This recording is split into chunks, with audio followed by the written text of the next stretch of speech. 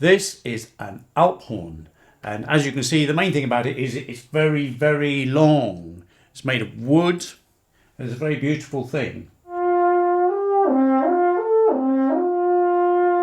I say it's very long, but actually some of the instruments I play in the orchestra are longer than this, but you can't tell because somebody had the bright idea once to curl the horn up originally so you could carry it on a horseback. But in Switzerland, where the Alphorn is from, they hadn't got that idea yet, and actually it's very difficult to do that with wood.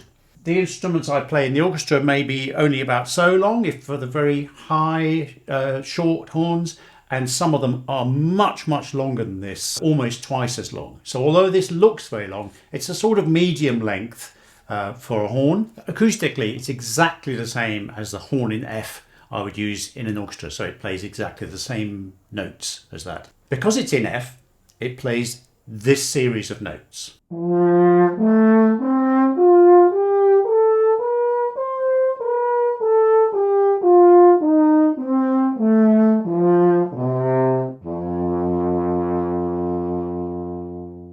We think this instrument was descended from a Roman instrument called the lituus, but originally it was made out of a single piece of wood which was hollowed out. Nowadays it comes in 3 sections for ease of carrying on the tube, but in the old days it was one piece, and it must have been very difficult to bring it up the mountain unless you had a mate to help you. The Alphorn was used by shepherds in the mountains, cowherds, and it was used to signal across the mountains to their friends and to their family in the valley.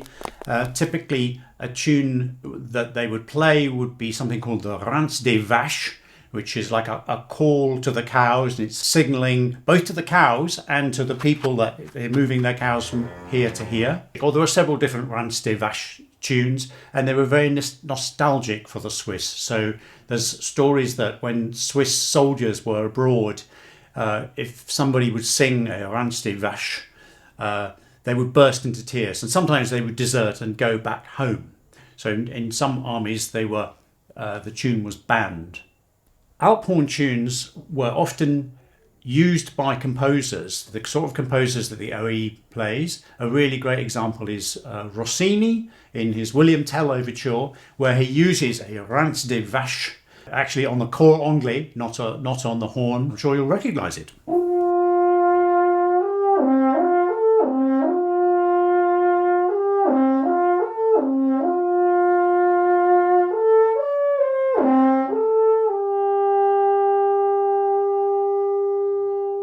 Another composer who was inspired by the Alphorn is Brahms. He was walking in the mountains one day and he heard an Alphorn play this tune.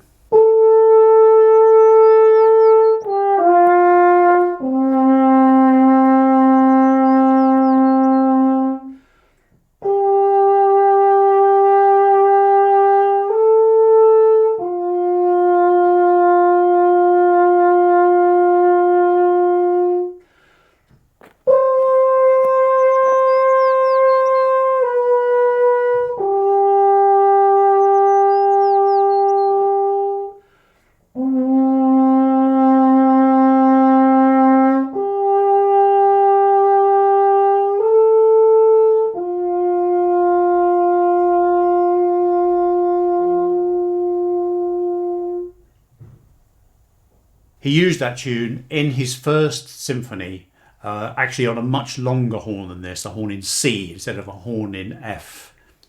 I'm really grateful to my colleague Annika Scott for lending me this beautiful instrument. Thank you, Annika.